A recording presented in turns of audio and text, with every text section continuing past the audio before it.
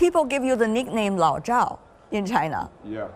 Just to describe their long-time partnership with you.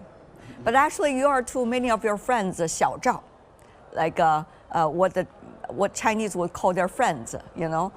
So how do you feel about your, shall I say, decades already cooperation with China in a very dynamically changing world? Look, I would take both Lao and Xiao.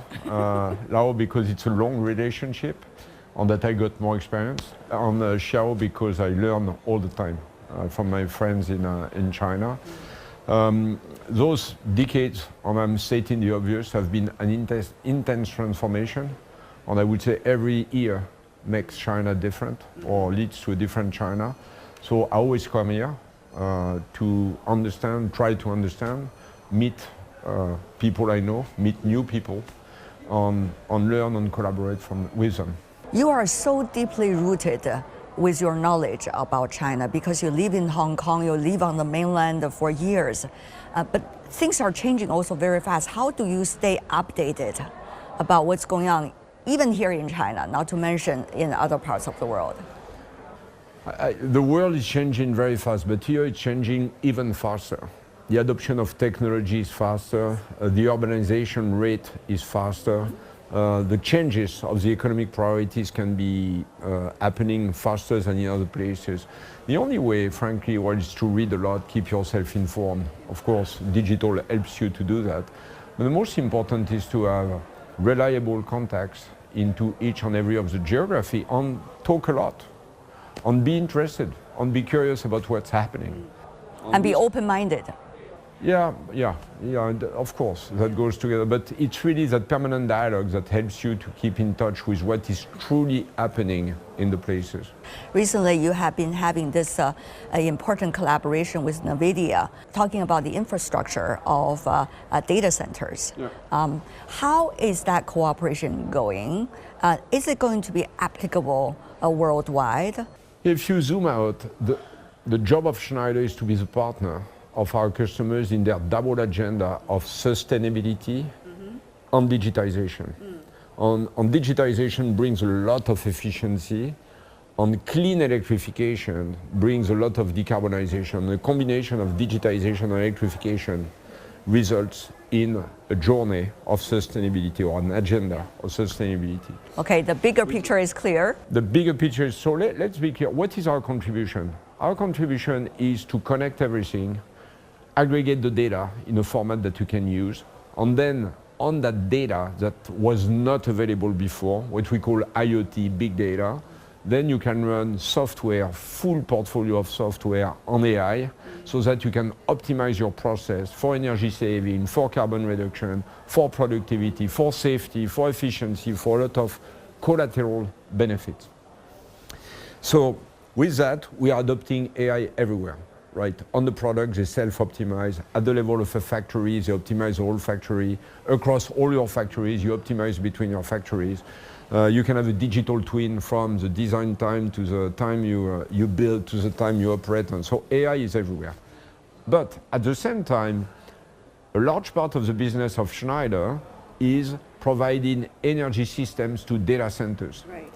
And AI is being learning in data centers. And the big difference is that AI consumes a lot of energy, much more energy than the previous. That's actually one of the bottlenecks. So this is where we, as energy specialists and energy digitization specialists, work with Nvidia and other companies to improve the whole architecture and get the maximum computing power and accelerated computing power for the minimum amount of energy on a zero level of carbon. That's what we do. And this is the topic of our collaboration with Nvidia. So there are multiple things that will happen. First, making sure that the new data centers are much more efficient, and therefore we are reviewing permanently the architecture to do that.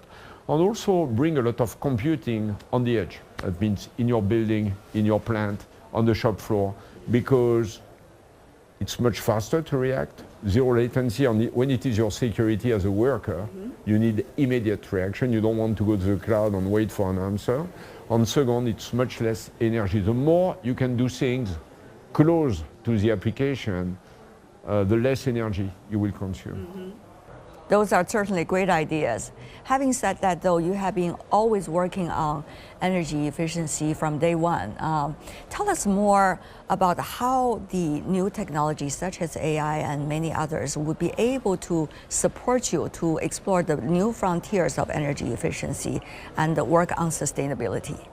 On software and AI is able to integrate all the parameters, the weather parameter, temperature parameter, do you have ships in the port that can take the goods you are producing? Do you have minerals in the mine?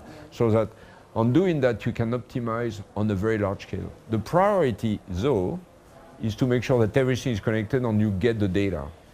And this is what we help our customers to do. And then we go to the next stage, which is helping the customers to deploy the right piece of AI or software in front of their needs. But think about it, generative AI to design faster, predictive maintenance, manufacturing optimization, alarming, and so on. All of this, on energy efficiency, of course, all of these are things that can be connected by, or that can be accelerated by the connection of IoT, big data, and AI.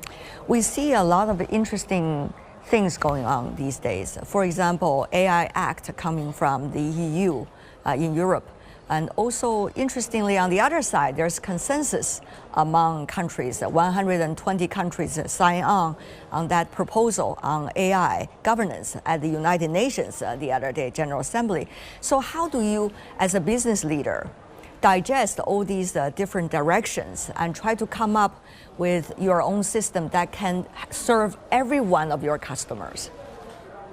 So there is one thing, which is how do you serve every of your customer? And to a large extent, AI will be also largely vertical. That means to one application, you're going to have one sort of model or way of doing, which is more adapted to this. That's one of the things we do by having specialists of one sector or one application that really are learning and helping customers to progress in their own application. I just think we have to be careful that we don't over-regulate before trying, because at the moment we don't know what are the limits of the technology. So we have teams who are reading and absorbing all of this and guide us, and we're going to go by the rules of the law, wherever they are in each geography or in each region. Always a pleasure. Always a pleasure.